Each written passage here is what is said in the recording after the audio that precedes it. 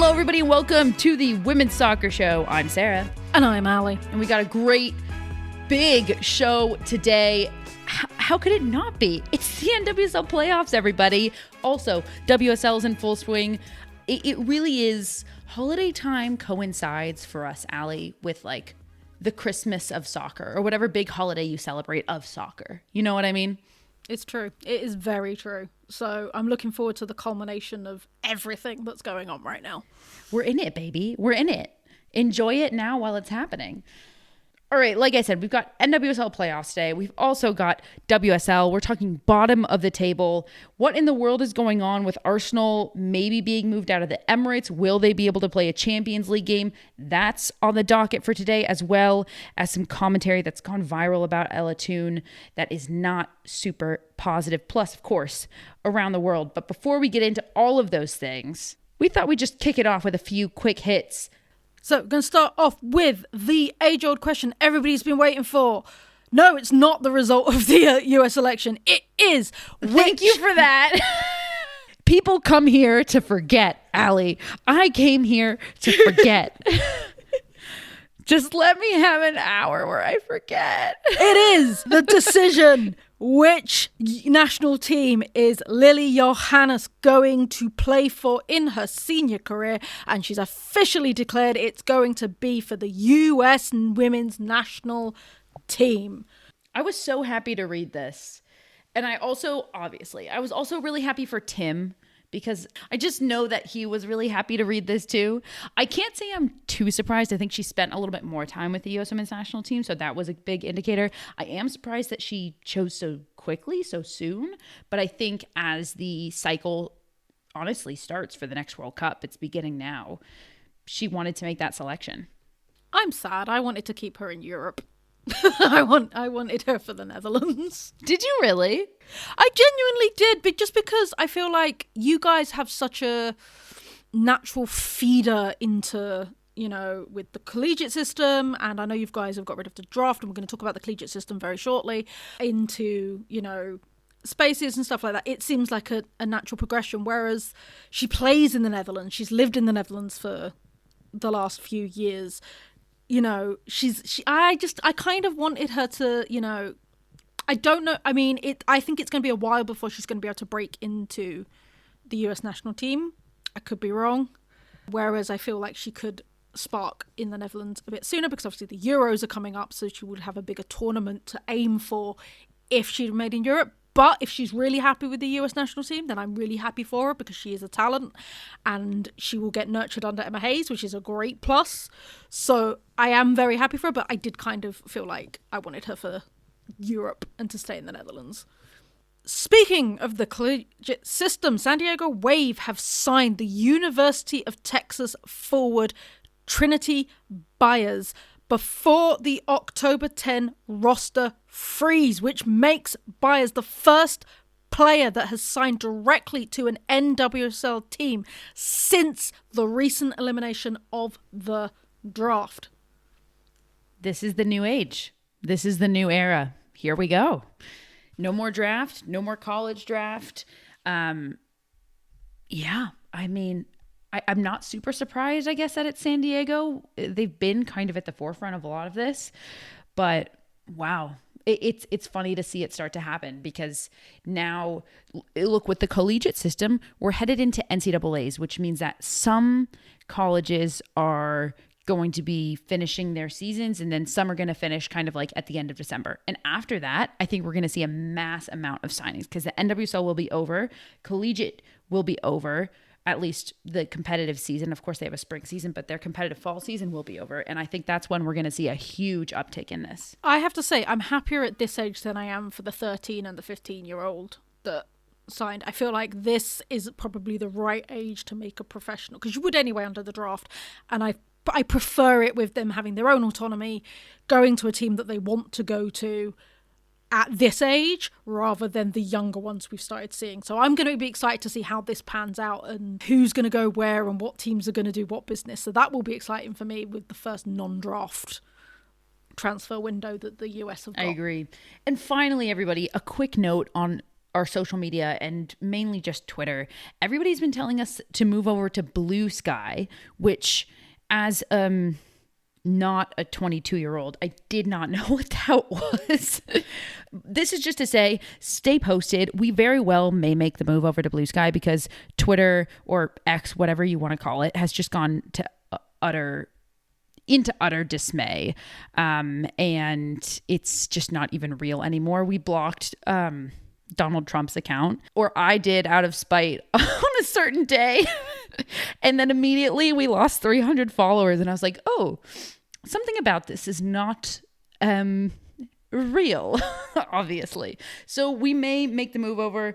Stay posted. Obviously, we're still on Instagram. It's a shame because there's a huge women's soccer community on Twitter. There always has been. But I think as that community starts to migrate off of it, we will also just stick with wherever the community migrates to. So stay posted. NWSL Quarterfinals happened this weekend. So we now have our semi-finalists. Washington Spirit will take on Gotham on Saturday the 16th of November. That is 12 p.m. Eastern. And then Orlando are taking on KC Baby on the Sunday, November 17th, which will be 3 p.m. Eastern, which for us UK people is actually quite nice time. So it will be 5 p.m. and 8 p.m. respectively. Everybody gets to watch. It is a little tough for the West Coasters. We had a 9 a.m. game this past weekend too, and I was like, oof, sometimes that's a rough one. But you know what? I'm excited. It doesn't matter that it's my fiance's brother's wedding. I'm going to be watching these games anyways. Priorities, everybody. Priorities. Absolutely. So I'm loving these matchups, I have to say. Like, and we'll get into where I'm sad for Bay, but I'm loving these matchups because these are becoming massive rivalries. These four teams, the way they've been paired up. So we get rivalry games, we get derby games, which is always fun because you can never predict what's going to happen. And it's not like makeshift rivalries. These are organic, natural rivalries that have developed. Gotham and the Washington Spirit have developed such a fun East Coast rivalry. It gets so physical and they do not like each other. And obviously we've watched the development of the Orlando-Kansas City rivalry throughout this entire season. And the fact that it aligns like this, it's like the NWSL gods were just sitting there like, ooh, what will be best for this? I know. Chaos. Chaos. We love chaos. But let's quickly hit through how this all played out. What was the highlight across all of the games for you? What did we see emerge from these four games? There were a lot, other than the first game, we'll come on to all of them. Other than the first game, which was Orlando, the final three games had a lot of late goals, and B, I would say there are so many dangerous star forwards in this league that are stars in the entire world. Like, they are such strong talents, and all of these forwards, I feel like, were on full display this weekend. Barbara Banda, Temo Shawinga, Rodman, Smith, the combination of Kundananji and Ashwala, Esther Gonzalez in her own way. I mean, Mal Swanson, even though Chicago had a rough game, it was incredible to see just that, the forward talent.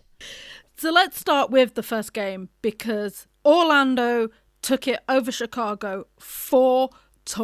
It feels like the blip that they had in the last couple of games of regular season is over.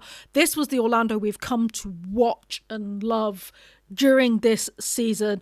And to be honest, Chicago were not up to it. We didn't think they would because they squeaked their way into the last place of the playoffs. But this really did show the difference in their seasons because Orlando were in control and all powerful. Chicago, not so much. Yeah.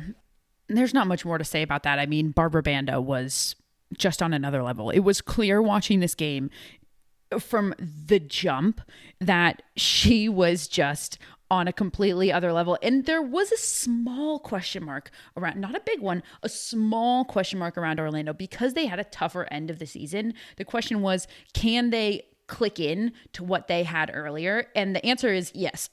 And they didn't take more than 1 second to do that. Yes, they might be actually fulfilling my prophecy of the fact being the team to do both the regular season and the playoffs. They're looking good. But I have to say, I feel like the most interesting question around this game, and I'm curious your thoughts on this. This was the first playoff game, and it was 1 seed versus 8 seed. And most of the conversation around this game was if the NWSL expanded the playoffs to 8 teams too soon. It was 6 teams last year, 2 teams got a bye, and 4 teams played each other. And when Orlando just destroyed Chicago, I think a lot of people were sitting there saying, this shouldn't have happened. We should have stuck with 6 teams to keep it competitive. What are your thoughts? I don't think that's true. I just think it's the way this season has felt, where it's been, as we talked about, top heavy. The records are being broken in positive ways, apart from Seattle, but they have been broken in positive ways. You know, Orlando broke records with clean sheets and, you know, almost got a perfect record in getting the Shield. So it's been very top heavy. So there's been more of a staggering difference between the top clubs and the bottom clubs. We said this with the fact that the Dash got a third of the points or a quarter of the points that Orlando did in the end. I do think going forward that 8 teams is the right way to do it, because the NWSL is normally closer, and you would normally have closer matchups. And when we talk about the other games, you'll see that we did, spoiler alert, but we did get closer matchups. I just feel that, you know what, Chicago eked it in. They weren't ready for the playoffs. They were, you know what, they did well to get there. You know, that was great for them. But let's be honest, if Orlando were playing Portland, who were the 6th seed, I believe, they would have had a similar result. I just think Orlando are really good right now. I definitely agree with you. Before the playoffs started, I loved that there were 8 teams for that exact reason. And now it's easy to say in hindsight. You look at these 4 games, 3 out of 4 games I would say could have gone either way, right? There was the North Carolina goal that got called back that we'll talk about. Bay FC in Washington went into extra time. Gotham only won in injury time. Those are 3 games that could have gone fully either way. So absolutely not. I love that. I love this 8-team chaos. Let's talk about the other games. Let's talk about the second game, which was KC versus North Carolina. It was a 1-0 win for Kansas City. And this was probably, for me, one of the closest, if not the closest, of the playoffs. Because defensively, they were both so tight. You know, it was a stroke of luck for Kansas City's first goal, like the only goal of the game, because we didn't call it a stroke of luck. It was the soon-to-be MVP leading goal scorer scoring. It was Shawinga scoring. It pinged off the post, then it pinged off the goalkeeper, then it pinged off another player, and then she managed to get a tap in. Like, yeah, but that's not a stroke of luck. Like, I don't know. I don't want to go that far. We can talk about luck on the other side of the ball, though, because a reminder to everybody, this was the 4 seed hosting the 5 seed. So we always knew this was going to be close. Allie, you and I both had Kansas City picked for this game because we knew it was going to be so close, and we thought, you know what? Home field advantage takes it all. I also said I didn't like how North Carolina played in their final regular season game. They had 0 shots at halftime in that regular season game. That's not a good sign going into Kansas City. However, they changed 5 players in the starting lineup. They looked incredible in this game. Hands down, different team between that final regular season game and this one. And this was a beautiful back and forth game of soccer where it truly felt like anything could happen at any moment. Now let's talk about luck on North Carolina's end. Let's talk about luck, because I didn't really have any, because I thought midfield-wise they were beautiful and they were turning Kansas City over. And I'm going to be honest, I thought Kansas City fell a bit flat after everything. But let's talk about North Carolina because of the goal that wasn't a goal that got called back. So, Sarah, what happened? All right, so real quick, because we're not going to spend a whole time recapping the goal, but essentially what happened was North Carolina scored and it got called back because the referee said that Kansas City's goalkeeper Schultz had possession or control of the ball when the North Carolina player tapped it in the goal. And Schultz had her hand on the ball, very clearly on top of the ball, with one hand while the ball was on the ground. The commentators were saying that that should have been a goal because the rules of soccer say that the goalkeeper has to have both hands on the ball. It literally, this comes down to what are the rules of soccer and at what point is an attacker allowed to kick the ball out of the hands of a goalkeeper, because when does the goalkeeper actually have possession and when is it a free ball? Listen, I feel for you, North Carolina, because if I was a North Carolina Courage fan and I saw this, I would be like, that is a goal. This is ridiculous. Now, if I was a Kansas City fan, I would be like, that's not a goal. That's how close this really is. What did you think? You said you don't follow the rules of soccer, but upon going on vibes when you watched the game, what was it? When I watched the game, I thought it was a goal because it didn't feel like the goalkeeper had control of the ball. And it felt like to me, like when you tackle a player and you take the ball from their feet. Like she didn't have, she's just using her hands, which a goalkeeper can. So it just felt like she didn't feel like she had control of the ball. So for me, that was a goal because she didn't it was just like taking it from a player's feet. I thought so too. Now, for however interesting this is, I did look this up because I was like, we're going to solve this once and for all. I'm going to quote this directly. Quote, a goalkeeper is considered to be in control of the ball with the hand or hands when the ball is between their hands or between the hand and any surface, e.g. the ground or their own body, or by touching it with any body part, okay, blah, blah, blah, except if the ball rebounds from the goalkeeper or the goalkeeper has made a save. In this instance, the goalkeeper had made a save. And so I don't believe this rule applies. And so I think that should have been a goal. Yeah, exactly. Exactly. Now you've said this, I'm even more convinced it was a goal. And I feel for you, North Carolina, because it was probably some of the best football I've seen you guys play all season. It was beautiful. Yeah. At the very least, North Carolina should be really proud about how they went out and what they did in this game. They had more possession. They were equal on shots on target. And when you look at how they worked that ball around, it was really special. And also this game had a little bit of spice, a little bit of St. George's kind of like taunting Shawinga. And then we had a little back and forth. Listen, nobody was surprised if you watch St. George's play. She's a physical player, but that just added to it. Like this is playoff football, baby. It was a great game. I'm so sorry, North Carolina. That is brutal, but at the end of the day, I'm very excited to see Kansas City play Orlando. To the third game, and this was a heartbreaker, but it was the Washington Spirit versus Bay FC. The Spirit took it 2-1. And it was so tight, this game, that nothing happened until the 82nd minute in terms of goal scoring. Like, the game was just very up and down. It was very, back and forth. It was end to end, but nobody could quite capitalise until the 82nd minute, which was Oshuala getting the first goal. It was a nice, beautiful goal, and we were like, that's it, Bay, hold on for 8 minutes. And then chaos happened. I mean, so typical of Bay FC. Oshuala had the first goal, like you said. McGowan of the Spirit equalized 4 minutes later. This has been the plight of Bay FC all season long. All season long, they leak goals after they score, or they leak goals in the first 10 and the last 10. They have had this problem all season, and we thought it was shored up with Abby Dahlkemper, but she can't fix everything. And that was a beautiful goal. Tess McCowan said in the post-game interview that she missed her sister's wedding that day to play in that game, and she ended up scoring the equalizer. I hope she's forgiven. I'm sure the sister... I'm sure she will be, yeah. And then the heartbreak really was that the game goes into overtime, and an own goal off of the legend, the veteran Caprice Didasco to seal the deal was really what I think was the biggest heartbreaker. But to be honest, as soon as Washington Spirit rebounded from conceding, it was all Washington. It never really felt like Bay was going to get that goal.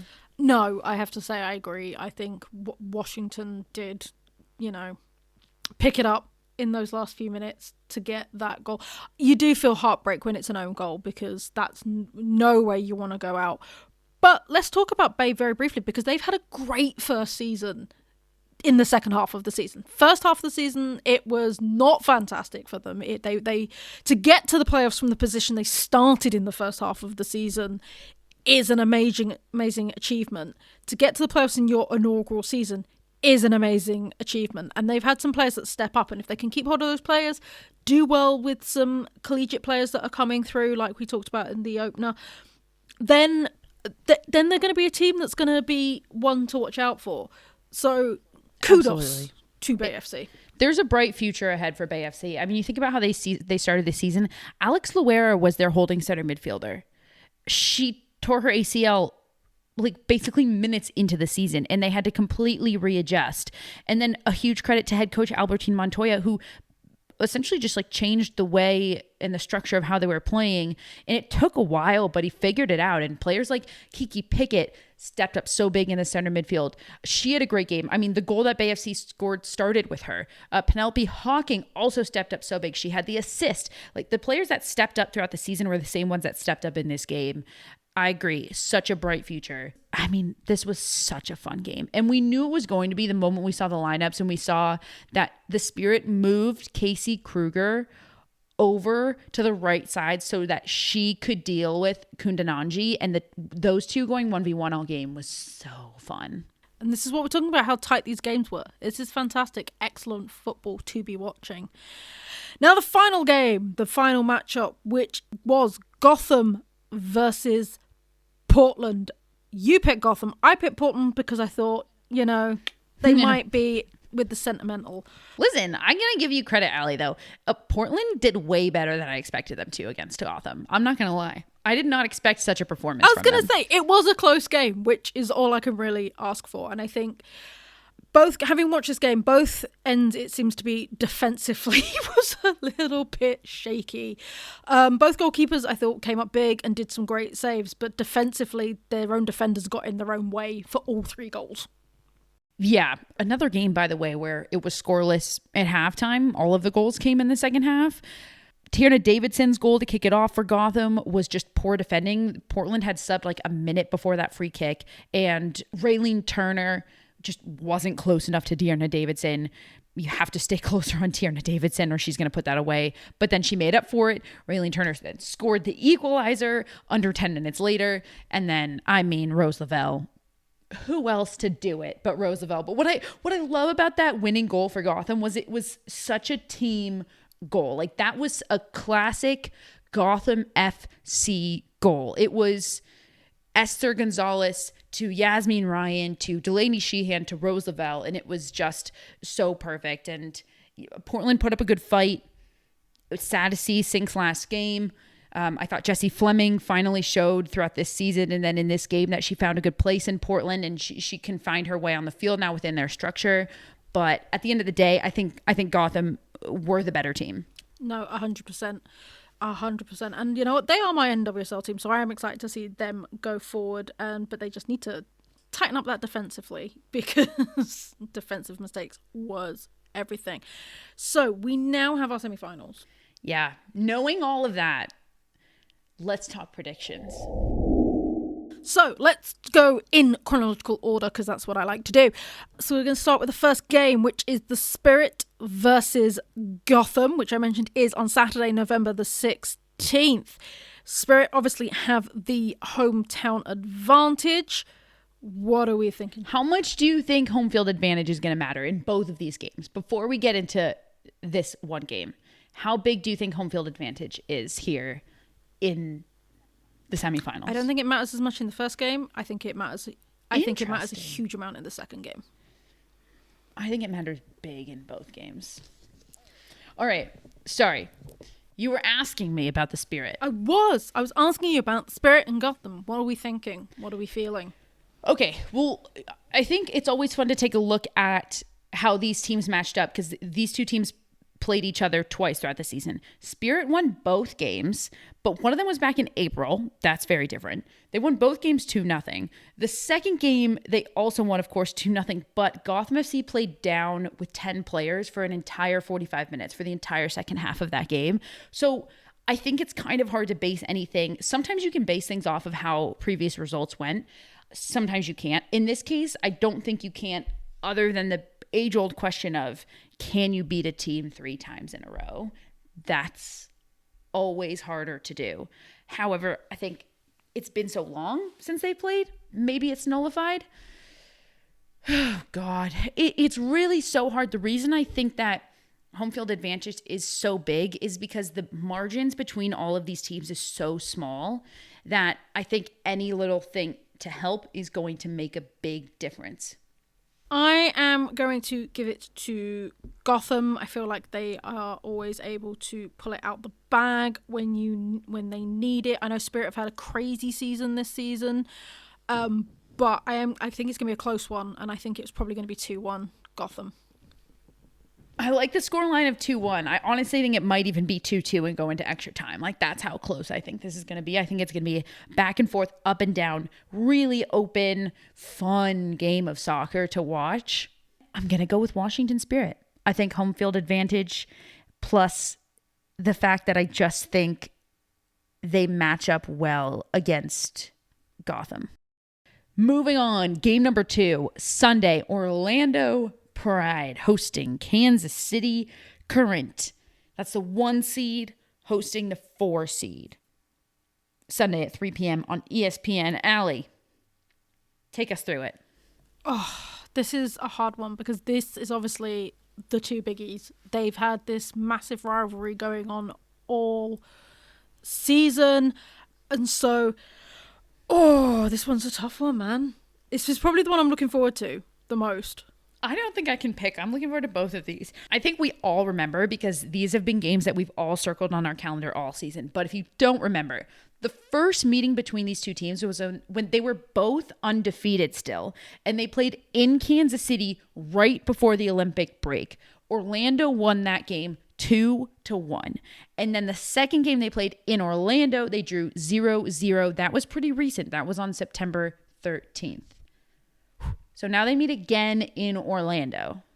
When it comes down to it, I think I'm going with Orlando because they've been the better team all year. And from what I saw from them in the quarterfinals, there's nothing for me to think that they're going to play any differently from that A+ game that they put together. Yeah, the same. I think you're a fool to bet against Orlando. Like I said, they had a small dip in the end of the season, but that's all it was. They've been phenomenal all season. They are playing at home. You know, Kansas City have had a sold-out stadium every weekend. This is why I think hometown advantage is huge for Orlando right now. And it's going to be a good game. It's going to be a close game. But you're a fool if you bet against Orlando. I love it. All right. It should be noted, if Kansas City win, they will play at home in the NWSL Championship, which is being played at their very small yet mighty home stadium. Only 4 teams have played at home in the NWSL Championship in the history of it. So I just think that that's a fun fact. Let's go around the world. Around the world, around the world. To France, and all of the top 4 teams won comfortably this weekend. Lyon regained the top spot with an 8-0 win. PSG are hot on their heels after a 4-0 win over Strasbourg this weekend. Both Paris FC and Dijon round out that top 4.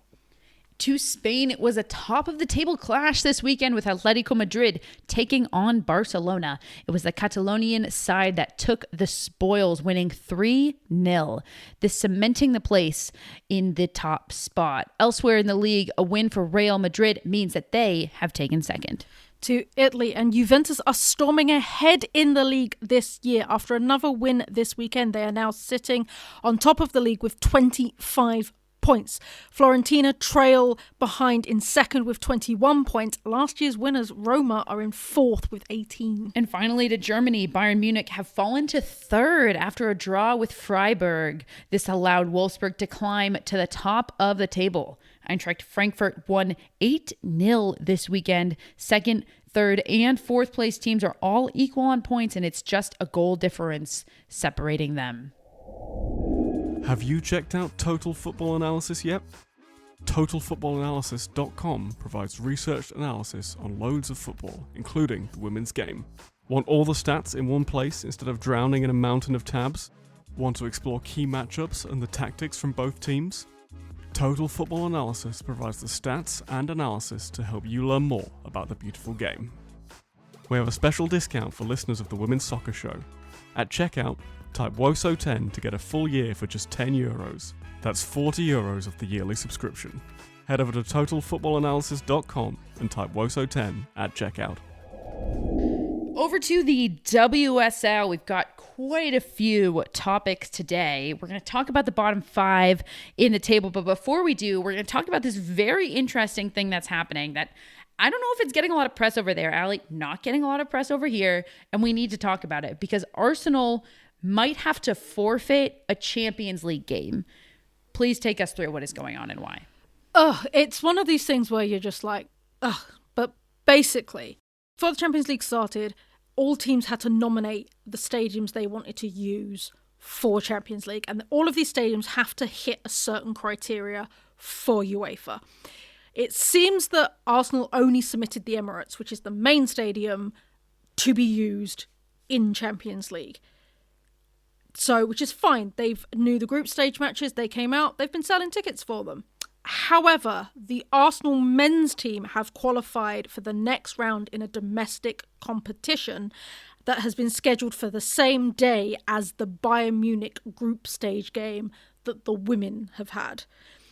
As the main stadium is designated as the men's stadium, the women's game will have to be moved. Despite the fact that the game has been on sale longer, it has been on the calendar longer, and it appears that Arsenal have not designated another stadium for if this was going to happen.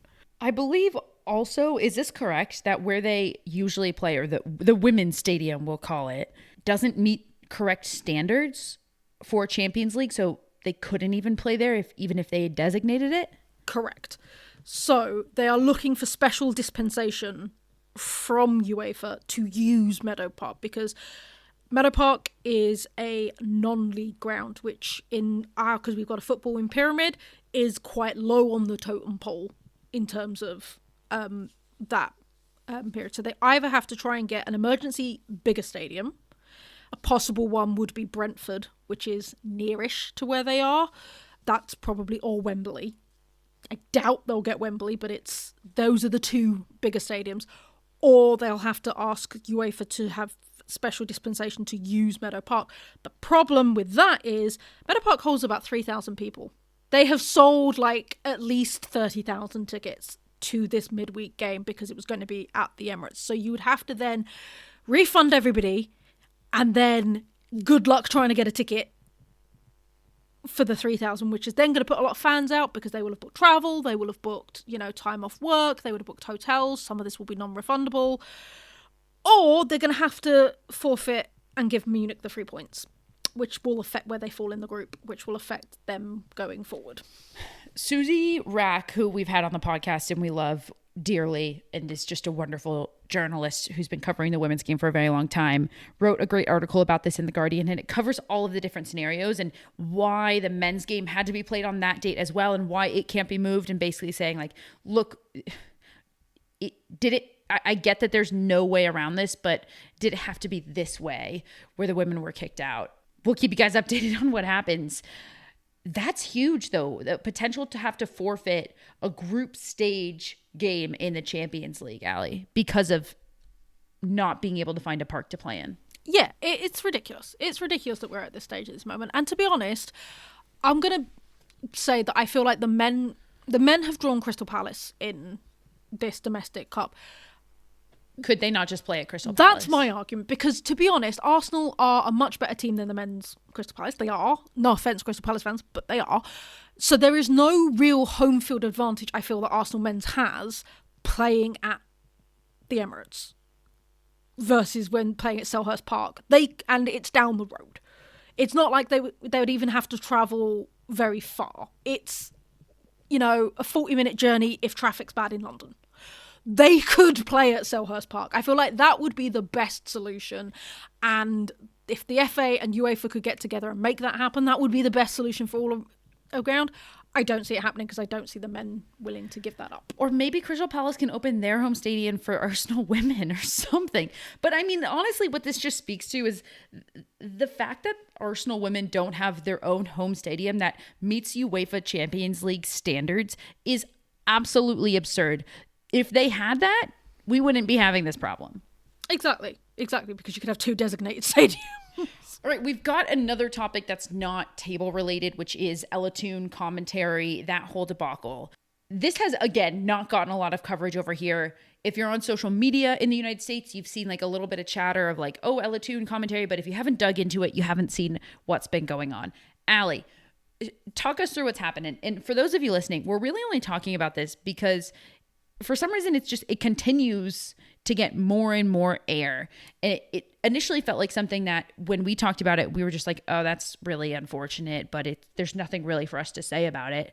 But now it's continued. So we're going to talk about it. Yeah, now it keeps going on and on and on.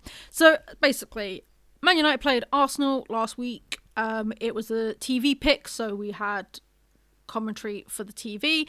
Ella Toone wasn't a great game. Was not a great game. I was at that but game. We talked about that part. Yeah, it was not a great game. And so Ella Toone got subbed off, and as with all live games, they pan to the bench and everything else, and they got to, and they show a picture of Ella Toone sat looking quite unhappy after being subbed off, and the commentator turned round and said, she looks like she's got a face like a smack bum, which is a phrase we use in the UK. We don't actually use bum. He had to clean that up. We normally say you got a face like a smacked ass in the UK. But he didn't say ass on national television. No, you can't say that on national television. This was also on the YouTube broadcast for anybody that was watching in the United States. So basically they've said that, and they've now, the Women's Professional Leagues, which is part of NUCO, and they are now looking to see what can be done about it, talking to the person that made the comments, and they want to basically make it an example of this commentator for saying what has been deemed a very sexist comment. I think making an example of is a really great way to say it, because NUCO now owns the WSL and the championship. So they're combined, they're owned by NUCO, and now NUCO is looking into this. And I think saying it's being made of an example of is honestly very accurate, because I think if you go on, you see people say, and you can correct me if this is right or wrong, Allie, a lot of people are saying that that's something that would be said in a men's game as well. For Would sure. you, For sure. Yeah. You say that all the time about men's players. Right. You do. Right.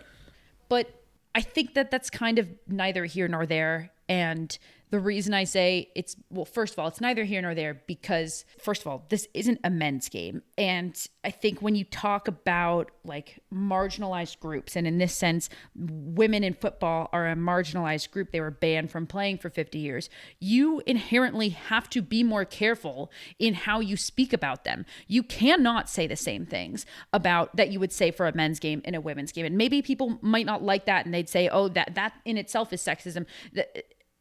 I don't really think so. When you think about it in terms of any marginalized group, there's just a different way that you have to speak about the ones in power and the ones who are not. Would you agree with that? No, I completely get it, and I do understand it. But my question is, would you say, for example, because I believe it was Rachel Brown-Finnis that was on the commentary with them, if she'd said it, would we be still having this conversation? Because I'm going to be honest, I'm torn, because half of me was like, shouldn't have said it for all those reasons that you said, that we shouldn't be fighting down. We're constantly battling terrible commentators in the women's game. I was talking about the fact that I listened to the Man United Aston Villa game, and the guy was very obsessed with their hairstyles for some reason, and that was frustrating to listen to as well. I was like, I don't need to know that Rachel Daly's wearing a low ponytail. I don't care. But on the other hand, I was like, you know what? Ella Toone did look annoyed, and that was probably the best way to phrase it in a very British way. We would say something like that. And I was like, she did look pissed off, but you can't say pissed off on a live broadcast. So therefore... You're completely right about that. Whether we would be having this conversation if a woman had said it, I don't know. I think possibly not. But if we were having this conversation, she would be made an example. That also points to the idea of what I'm saying when you talk about marginalized groups. Like somebody who's a part of the marginalized group is able to talk about it in a different way than somebody who's not a part of the marginalized group. You have to be more careful in how you talk about that marginalized group. And he needs to be very aware of that as well. I mean, we talk about this in terms of how commentators refer to black athletes in their commentary, and how they always call them athletic and powerful, and how if you're a white commentator, you have to be very aware of that. If you are a male commentator, you have to be aware. If you're commenting on women's appearances, that's going to come off differently. Do I think that if a woman had said this, it would have been made an example of as well? Possibly. And I think that's the larger thing here, because this is being made an example of because of how many mistakes are always made on commentary for women's games.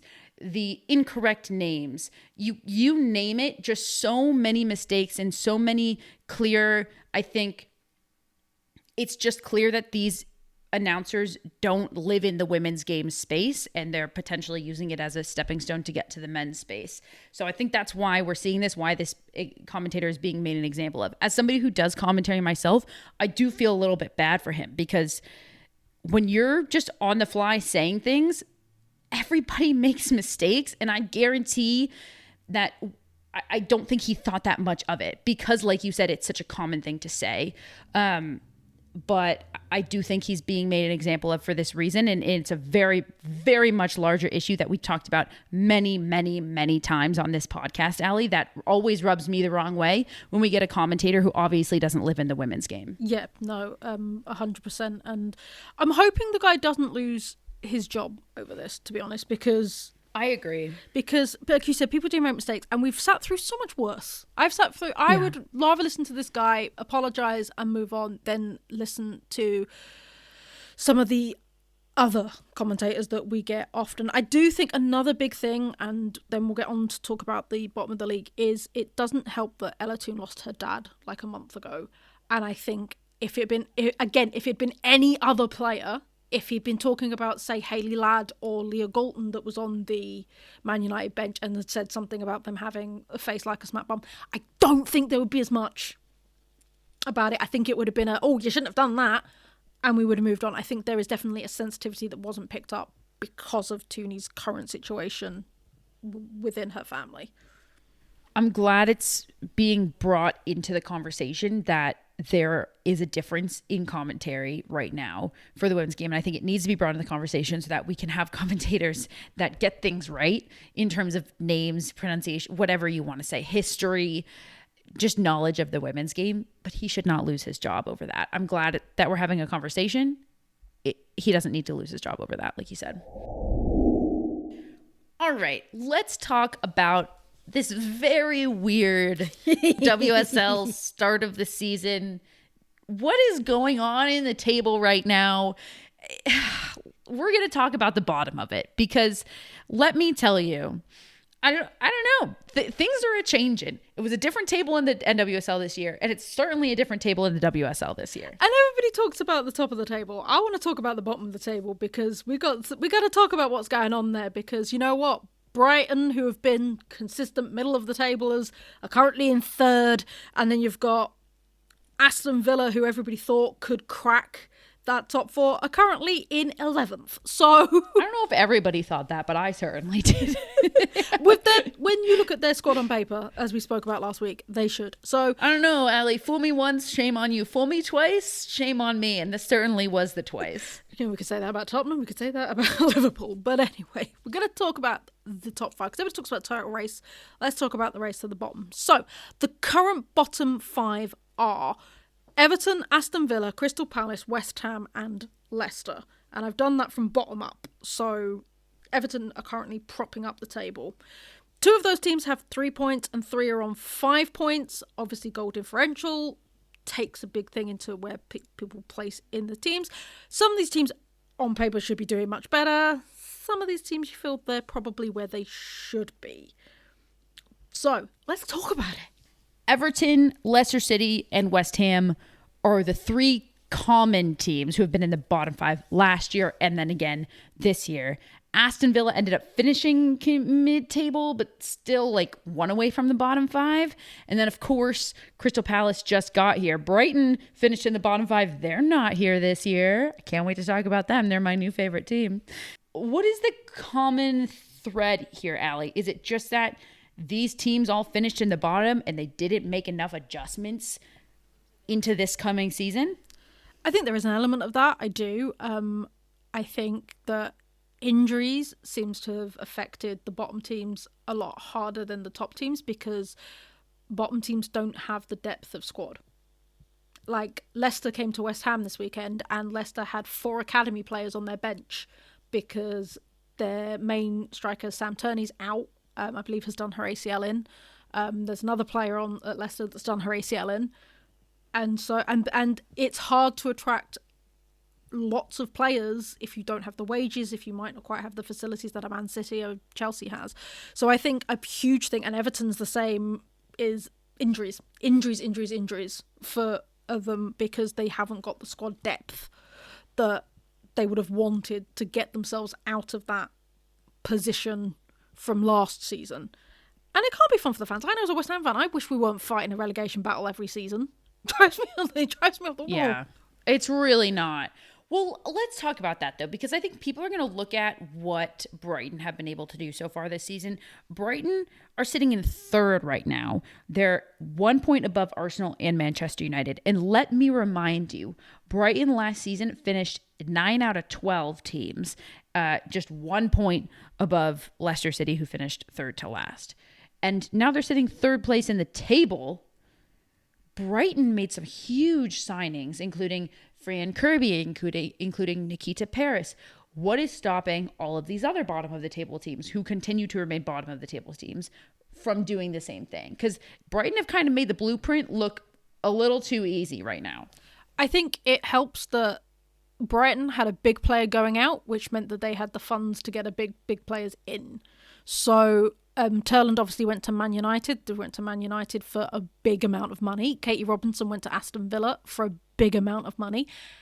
And that money has been used to bring in Fran Kirby and Nikita Paris, who, no disrespect to them because they're still playing on for all 4 cylinders and are still doing amazing things, are in the twilight end of their career. So they're not going to be commanding the same amount of money that the youngsters that they've sold off will get. So they can do that. Whereas if you look at West Ham, for example, a lot of their players went out on frees. A lot of their players, they didn't get money back for them, and they've had to spend money. And again, their big, marquee signing was Christy Mewis. Christy Mewis has played probably about 1.5 games for West Ham and keeps getting injured.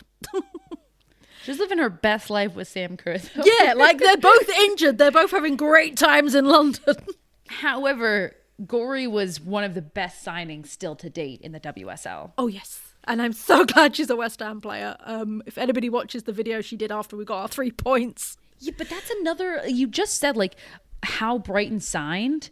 And I would put Gorey in that category as well, where if you look at her age, people would have said she is nearing the end of her career. But the way she was playing on the field is far anything but that. I think she was the biggest standout of the 2023 World Cup of the Matildas, more than Kira Cooney-Cross, in my opinion, of that center midfield.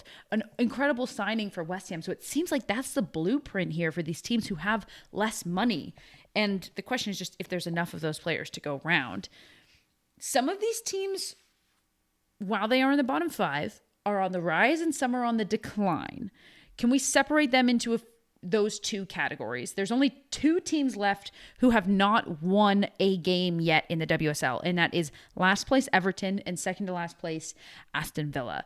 Who of these bottom 5 would you say are climbing and who are falling? So I promise my bias is not showing, but you can say they're staying even if you think West Ham's staying even. I think West Ham are getting better. I think the game that I just saw, our first win, is some of the best football I've seen us playing. Pavi, who took a knock in the Olympics, hadn't been at full fitness, is now back in the starting lineup and is doing bits. You just have to look at her assist for our goal and stuff like that. So we've got that. So I do think that is going to help. And if we've got a couple of good games coming up, that will work.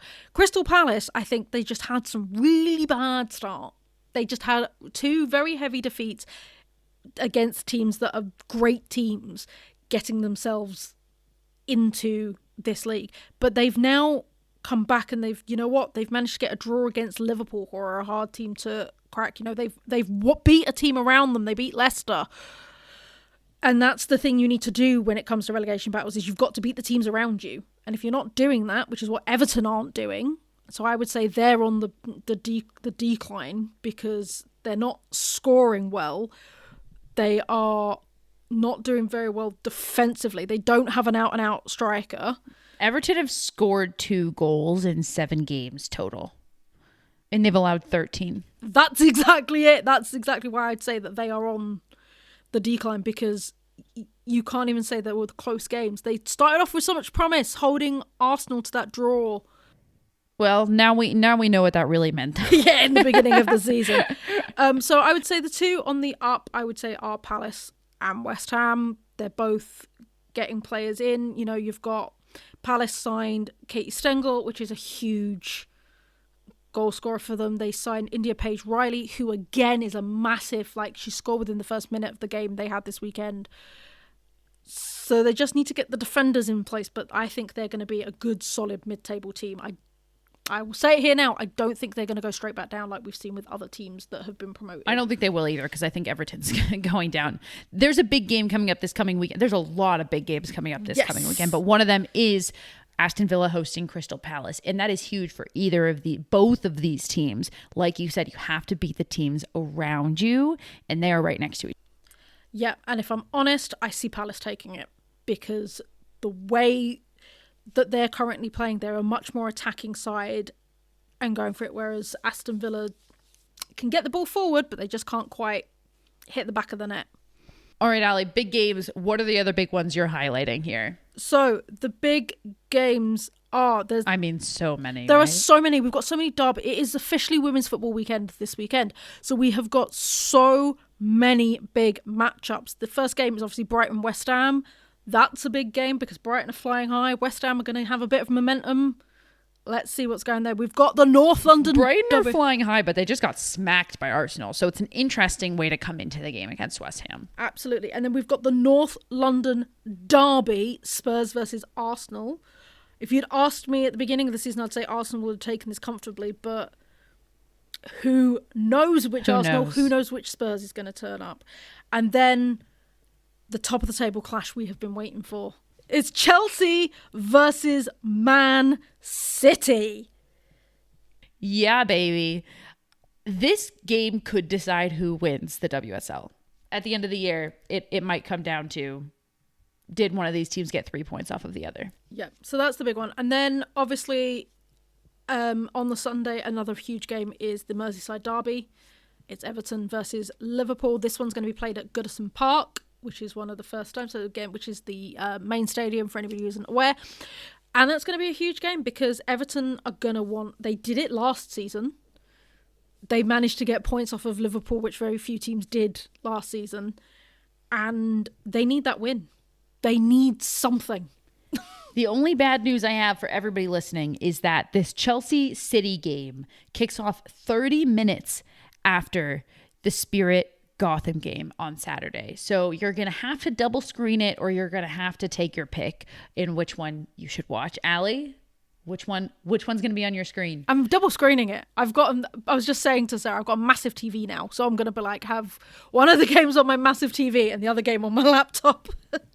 Let's do it, baby. I also am going to do that. I'm going to steal my fiance's laptop because we're going to be at the wedding, and I'm going to go in a corner. I'm going to watch both of these games. All right. That's it for us here at the Women's Soccer Show. We covered a lot this week. Come back next week, and guess what? We're going to be covering NWSL Semifinals, previewing the championship and who's going to be in it, and of course, talking WSL as that starts to come to a close because they're going to take a break come mid-December. As ever, we have more content on our Patreon. I've just uploaded a talk about the new Sky deal that has happened for the broadcasting rights over here in the UK for the WSL and the Championship, what that means for viewers and all of that good stuff, the highlights, the lowlights, what it all means. So make sure you check out our Patreon. It is literally a couple of quid, a couple of dollars a month, and it does help us make this great content. Make sure you check out our socials, both on Insta and what was Twitter for the time being. We post stories, highlights of games, everything on there. So that will be at The Woso Show. And for us here at the Women's Soccer Show, I've been Sarah. And I've been Ali. Thanks, everybody. Good night.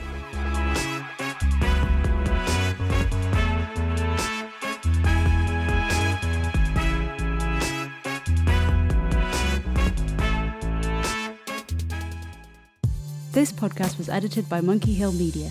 Visit monkeyhillmedia.com for more information.